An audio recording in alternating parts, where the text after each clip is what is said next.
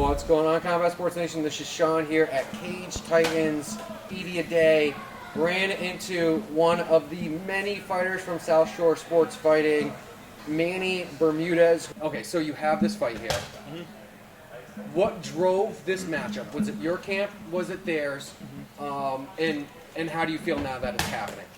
So after I beat Rodrigo, a couple of guys came up to me and asked me to fight me, and Saul was one of them. Saul said that the fight with me and him wouldn't go the same as the one with Rodrigo would. So I mean, I'd heard that he had ducked a couple of guys from my camp too, like Frank Sforza. He ducked Lee Metcalf, maybe back in the day or whatever. But so I was a little bit surprised to hear that he actually wanted to follow through with this fight. So, do you think it's the level of fighter and competitor that comes out of South Shore to where it might have discouraged him or even other fighters to step up and fight you guys? Or do you think it was just not a good matchup for him? And that's why you're maybe surprised that he took this fight as well.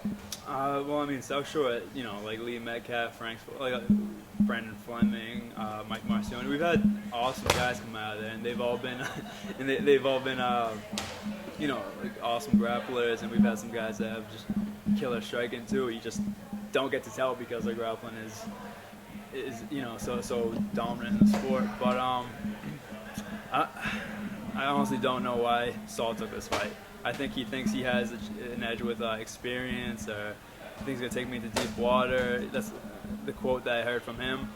I mean, I've trained a lot. I've trained for a long time.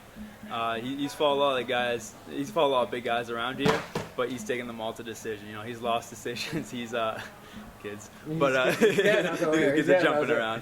But he's won decisions against good guys. But then it